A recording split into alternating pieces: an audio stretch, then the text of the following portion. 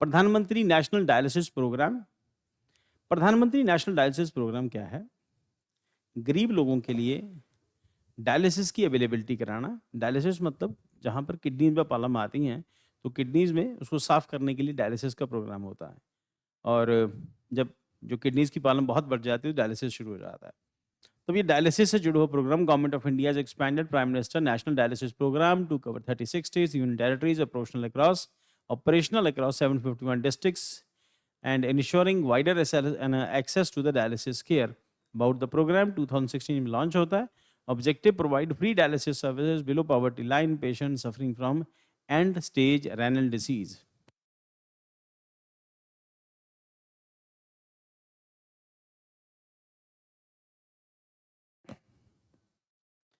Then उसके बाद implementation mechanism implemented under the National Health Mission follows a public-private partnership model to ensure effective service delivery to the district hospitals. कुल मिला के PPP model के ऊपर government जो है वो काम करती है। और की फीचर्स क्या हैं? Coverage not operational across 751 districts in all states and UTs. Types of dialysis supported, hemodialysis and peritoneal dialysis. तो डायलिसिस की दो कैटेगरीज हैं।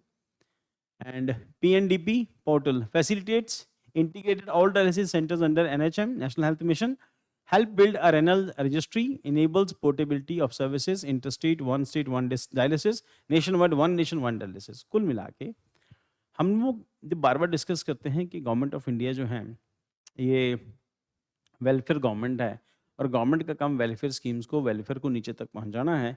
प्लस इस मिशन को आप आर्टिकल 21 के साथ जोड़ सकते हैं, that is right to live की कैटेगरी के अंदर। और उसके साथ साथ आप इस सेक्शन को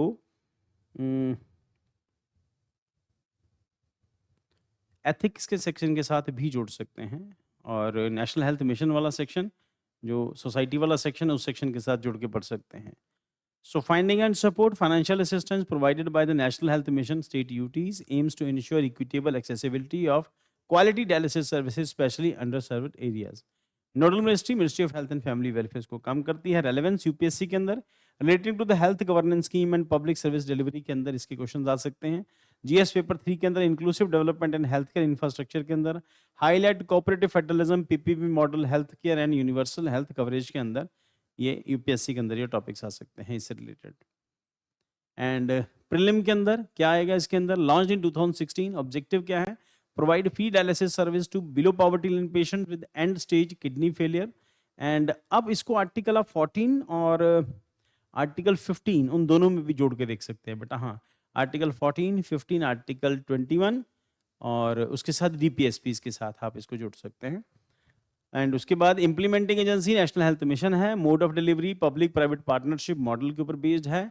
एंड डायलिसिस टाइप्ड कवर, दो टाइप की डायलिसिस वो कवर होगी इसके अंदर। Coverage as of 25 all 36 states, UTs covering 751 districts. तो सभी यूटीज में और सब स्टेट्स के अंदर डायलिसिस प्रोग्राम को इम्प्लीमेंट करेंगे। तो बस इतना ही है इसके अंदर कि सबके लिए अवेलेबल होगा और हर एक डिस्ट्रिक्ट के अंदर कम से कम एक डायलिसिस सर्विस रूट अवेलेबल होनी चाहिए। बट पॉइंट ये है कि ये तो एक एस्पेक्ट एक है, बट इंडिया जैसी डाइवर्स कंट्री के अंदर जहाँ पर एक डिस्ट्रिक्ट के लिए एक डायलिसिस और बड़े डिस्ट्रिक्ट के लिए एक डायलिसिस छोटा पड़ेगा। जैसे हमारा शहर है तो 10 लाख प्लस की पॉपुलेशन के लिए एक डायलिसिस मशीन शायद थोड़ी रह जाएगी, शायद उससे ज़्यादा होनी चाहिए। वो प्राइवेट में अवेलेबल है, सरकार की तरफ से थोड़ा ऐसा ही है। आने वाले दिनों के अंदर थोड़ा बहुत इनिशिएटिव स्टेट गवर्नमेंट भी को भी लेगी तो शायद चीज़ें अच्छी हो जाएंगी। तो PMNDP पोर्टल है, enables integration of dialysis centres, facilitates renal registry and service portability, promotes to the one state, one dialysis, one nation, one dialysis model. Funding, financial support provided by NHM to the state UTs, nodal ministry, Ministry of Health and Family Welfare इसके काम करती है। Target beneficiaries primarily BPL patients हैं and दो states में expand coverage। अगर state चाहें तो एक से ज़्यादा dialysis machines available करा सकती है, 4-5 dialysis centers भी खोल सकती है। जैसे मैंने डिस्कस किया कि बड़े डिस्ट्रिक्ट के लिए तो सेंट्रल गवर्नमेंट की तरफ से जो एफर्ट है वो यही है, बाकी स्टेट गवर्नमेंट अपनी तरफ से एफर्ट्स कर सकती हैं। एंड क्वेश्चन प्रीलिम और एमसीक्यू के लिए with reference to the Pradhanmantri National dialysis Programme consider the following statements. It is implemented under the Ayushman Bharat scheme, तो NHM के अंदर आता है ये। It provides both hemodialysis and peritoneal peritoneal dialysis services free to cost. It follows purely government run model without any private sector involvement. तो हमें पता है कि प्राइवेट सेक्टर पीपीपी मॉडल के ऊपर बेस्ड है. Which one of the statement is are correct? Only 2.